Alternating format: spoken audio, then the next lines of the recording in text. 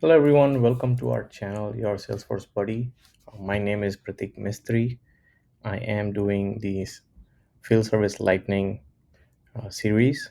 So this is our part 4 where we will be talking about the guided setup walkthrough. So far we have done the part 3. Yeah, if you haven't seen, just make sure you see before this. For part 3 we did the user setup. We created profiles for field service lightning users. We created roles, and we also activated permission sets from field service admin app, and then we assign these permission sets to each user. So as you would have seen, we have 6 users, or one is the FSL admin. We have one agent, one dispatcher, and then we have 3 resources or technicians. All right, so today's agenda is the field service guided setup. In the next session, we will be doing the work rules and service objectives. Uh, right. So, what is the guided setup? Guided setup is a walkthrough of setup for a field service lightning admin that they can use to set up their service territories, work types, resources, dispatchers, agents, booking appointments, scheduling policies, etc. So, for today's session, we will be focusing more on setting up the territories, work types and skills, and then also resources and dispatchers. And then in the next one, we will focus more on the scheduling policies, rules, work rules, objectives, and also customizing any booking appointments. Right.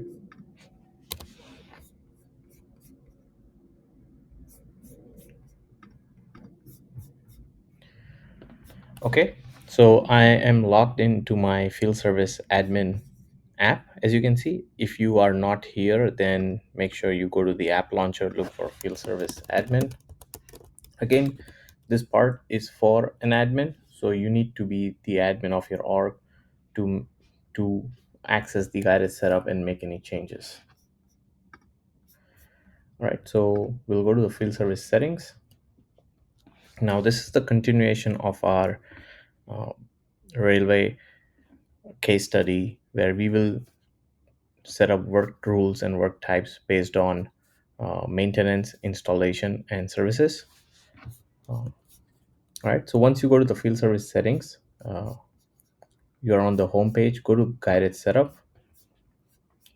In the guided setup, these are by default or out of the box setup that field service managed package comes with. So you have already 4 scheduling policies, 8 objectives, 14 work rules, and 2 operating hours.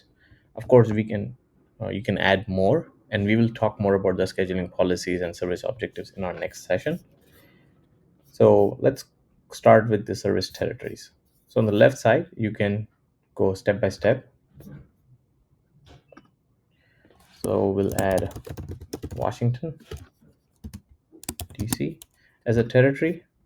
I'm going to add New York City as a territory.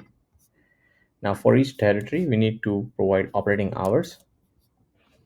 Your organization might be working in different time zones, could be working 24/7 clock. So you need to define operating hours for each territory. And based on that territory, any member that is part of the service territory will be working on those during those operating hours or will be available during those operating hours. So for I'm going to create a new operating hour for Washington DC and New York City. You can certainly create from the object tab just like we do for accounts contacts, or we can do within the guided setup by clicking here. So I'm going to call this East Coast hours, 7 a.m. to 6 p.m. And then I'm going to provide the Eastern Standard Time. And the same thing I'm going to do for Washington, for New York as well. Now you can provide addresses. So for ease of purpose, I'm going to give a random address.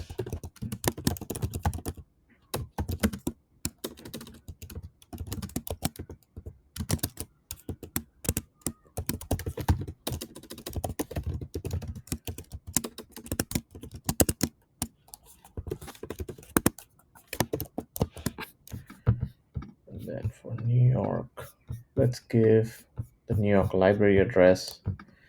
So this becomes our warehouse or base location for that territory.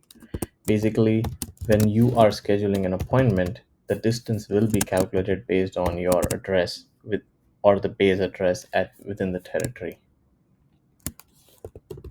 It's not necessary for you to give, but it's always good to have a base address so that the distance is calculated uh, accurately. All right, so our territories are created. We have two territories, Washington, D.C. and New York City. Uh, Now, what is work type? Work type is basically tells you what are the different work that you perform or different type of service appointments that will be created. And based on these work types, your each work type will require specific skills, and the resources with those skills will be assigned to these work types. So the field service application or the system understands these work types and the skills and matches the resources based on those skills. So we're going to do a few of the work types: corrective maintenance,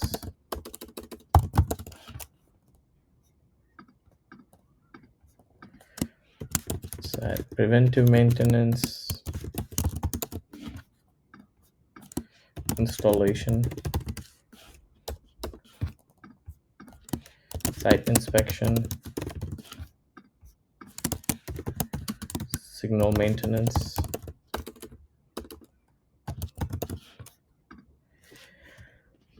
Now, for each work type, um, whenever a service appointment is created, there are a couple of important things that needs to be taken care. One is the due date, and another is the estimated duration for the work. Uh, these are the required fields again out of the box, so we cannot bypass them. Hence, to create these appointments automatically, we need to predefine the values for these fields. So over here, if you see the due date offset, this is where the due date is automatically calculated. Uh, for now, it's 4320, which is 3 days from the service appointment creation. So I'm going to leave it as is for each appointment. And also the estimated duration is 60 minutes. I'm unchecking the auto create service appointment, but it's up to you. You can check it if needed. And for the skills, I'm going to add different skills.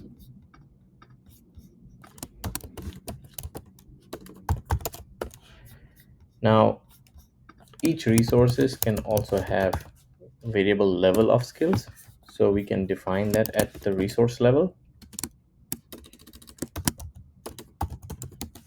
So when a service appointment requires a particular level of skills, it would automatically choose a resource which has at least that level of skills between 1 to 99.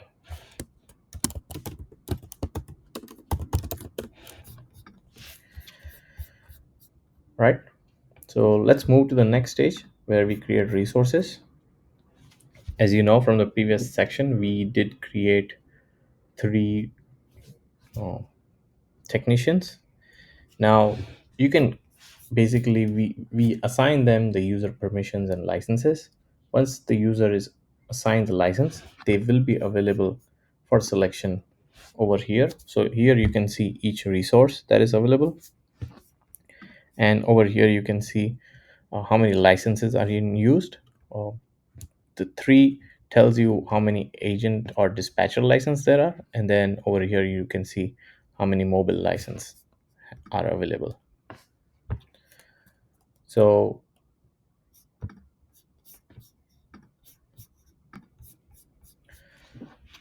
we have three users, which is Carlos Rivera, uh, Sophia Mitchell, and then Michael Turner, who are our technicians.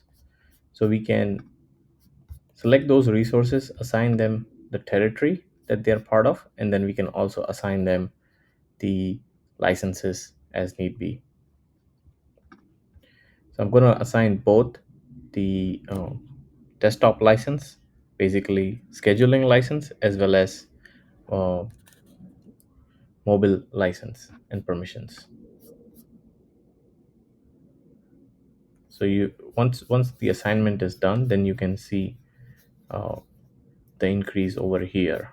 I mean, for Carlos, Sophia, they are already assigned mobile license, and you see extra one based on uh, myself as an admin. I have assigned myself a mobile license too. Right, so I'm gonna do Carlos and Sophia in Washington DC, and then I'm gonna assign Michael to New York City.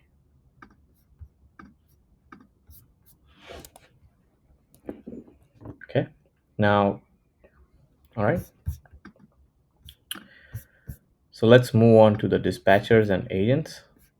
Again, over here you can see all the dispatchers and agents based on what licenses you have and what can be provided. So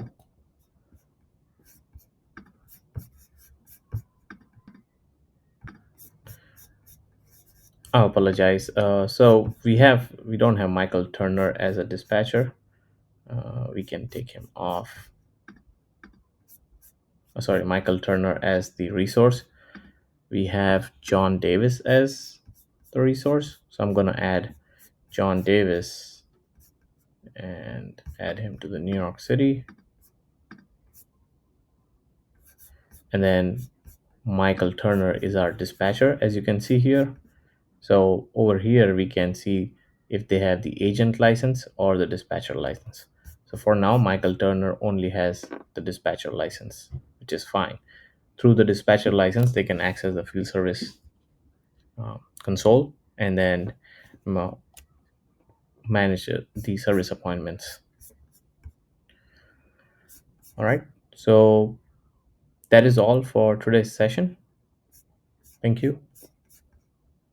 Please feel free to subscribe to our channel for more such videos, and uh, to share and like our videos.